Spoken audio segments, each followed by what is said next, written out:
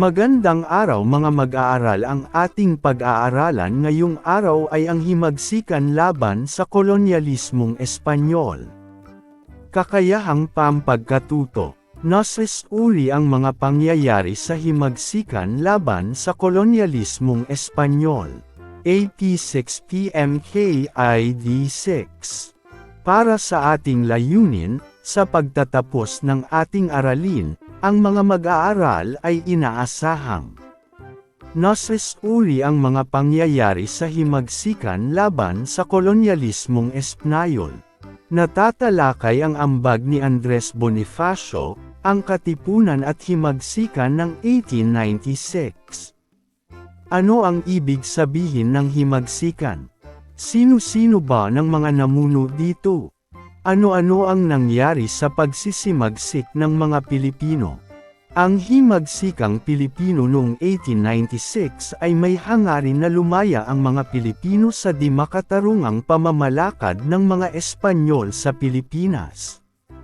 Marami sa kanila ang tumanda sa paglilingkod sa inang bayan at nagbuwis pa ng buhay na hindi man lang nakamit ang inaasam na paglaya. Mayroon akong mga larawan na nais ipakita sa iyo. Maaari mo bang ibahagi ang iyong ideya tungkol sa mga ito?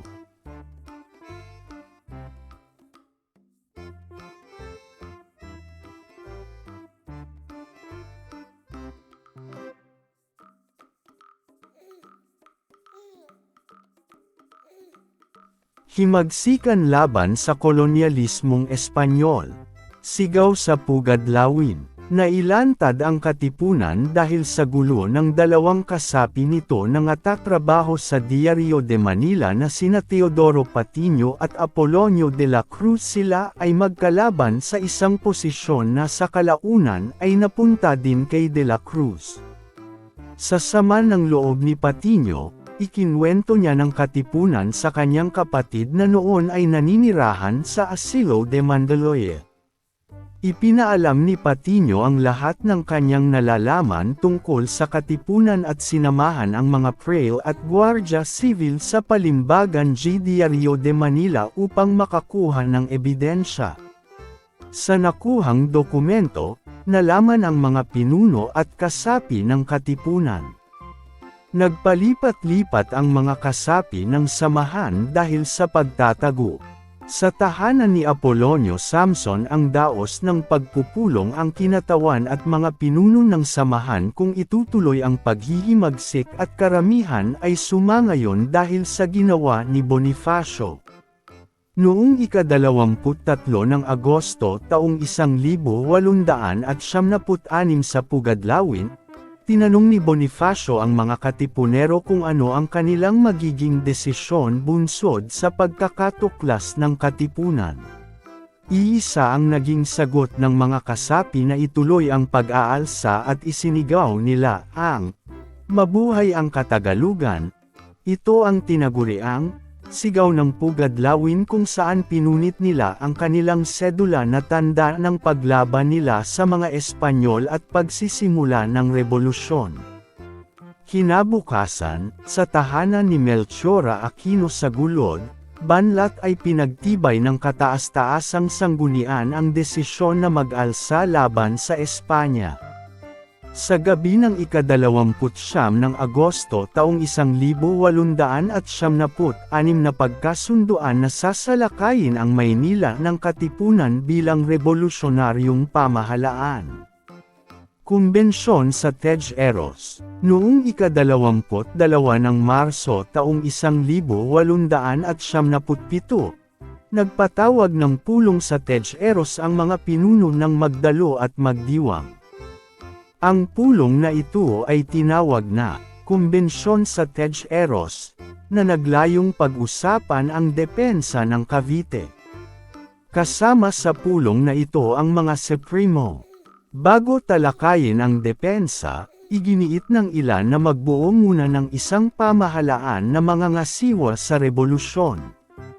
Tutol dito hanggang Supremo dahil may katipunan na siyang pamahalaan. Nagkaroon ng mainitang pagtatali kaya't inihinto pansamantala ang pagpupulong.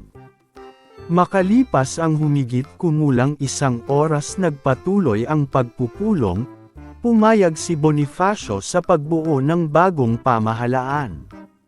Dito pinasinayaan ang Republika Filipina. Napagkasunduan ang pagkakaroon ng halalan at igagalang ang anumang maging resulta nito. Sa oras na may tumutol, mababaliwala ang buong proseso ng halalan. Sa halalan na ito, nanalo bilang Pangulo si Emilio Aguinaldo at si Bonifacio bilang Direktor ng Interior. Sa yugtong ito, tumutol si Daniel Tirona na kasapi ng Magdalo at sinabing walang kakayahan si Bonifacio sa posisyong iyon dahil hindi ito abogado. Kasunduan sa biyak na bato.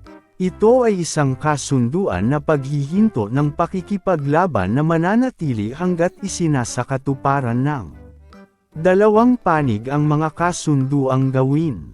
Pagbabayad ng Espanya ng P800,000 kay Aguinaldo at sa mga pinuno ng rebolusyon kapalit ng voluntaryong pagtungo sa Hong Kong. Hahatiin ito sa 3 hulog. Ang unang hulog na P400,000 ay ibibigay kay Aguinaldo pag alis niya ng biyak na bato.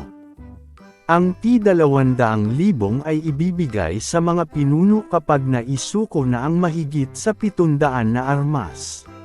At ang 200,000 kapag inawit na ang Te Deum, at naiproklama ang amnestia para sa lahat. Pagbabayad ng Espanya ng P900,000 sa mga sibilyan at ari-ariang napinsala ng digmaan. Bago magtapos ang ating aralin, magbigay ng pagpapaliwanag tungkol sa mga sumusunod na katanungan. 1. Bakit gusto ng Katipunan na humiwalay ang Pilipinas sa Espanya? 2. Ano ang naging ambag ng mga kababaihan sa samahan ng Katipunan? Ipaliwanag. 3. Sa iyong palagay, nabayaran ba ng Espanya ang lahat ng kanilang dapat bayaran sa mga Pilipino? Ipaliwanag ang iyong sagot. Maraming salamat sa iyong panunood at pakikinig. Nawa ay may natutunan kayo ngayong araw. Mag-like, comment and subscribe na para sa mas marami pang educational content.